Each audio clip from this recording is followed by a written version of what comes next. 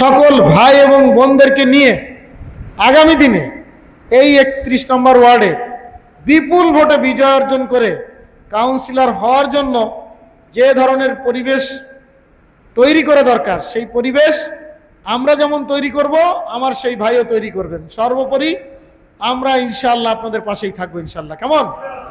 তো আল্লাহ রাব্বুল ইজ্জত এই সকলের এই চিন্তার আলোকে আগামী দিনে যিনি আমাদের এই 31 নম্বর ওয়ার্ড, আমাদের বিজয় ওয়ার্ড, এইখানকার কাউন্সিলর পদপ্রার্থী হিসেবে বাংলাদেশ জামাত ইসলামী মনোনীত প্রার্থী হিসেবে ভূমিকা রাখবেন, তিনি আমাদের সকলের প্রিয় ভাই জনাব মাহমুদুল হাসান জিকো। আমরা আগামী দিনে ইনশাআল্লাহ, জিকো ভাই দাঁড়াও, সবাইকে সালাম দাও, একটু কথা বলবা।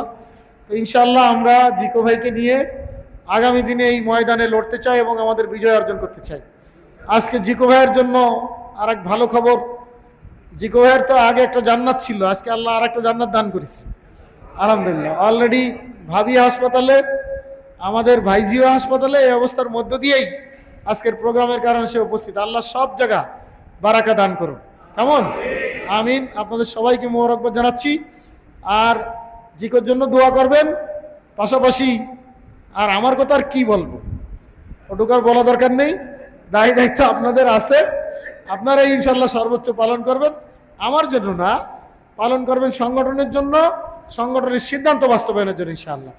তবে আমি আপনাদেরকে এতটুকু বলতে পারি, ময়দান আল্লাহর মেহেরবানিতে অনেক উর্বর, শুধু একটু ধরে রাখতে হবে, সবাইকে বলতে হবে, পাশে যেতে হবে, আর কি করতে হবে, আর ওদের সরকারি দলের লোকজনকে আর কয়েকদিন একটু বেশি করে কাজ করার সুযোগ দিতে হবে।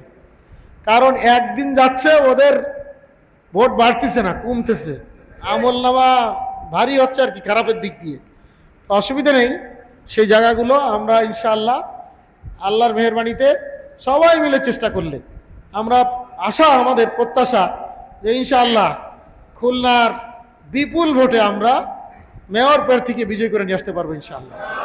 আল্লাহ আমাদের সবাইকে আগামী দিনের সেই জেহাদ এবং লড়াইয়ে জান মাল উজাড় করে ভূমিকা রাখার তৌফিক দান করুন। এখন আমি বাকি কথাবার্তা আমাদের এমপি মহোদয় তো নাকি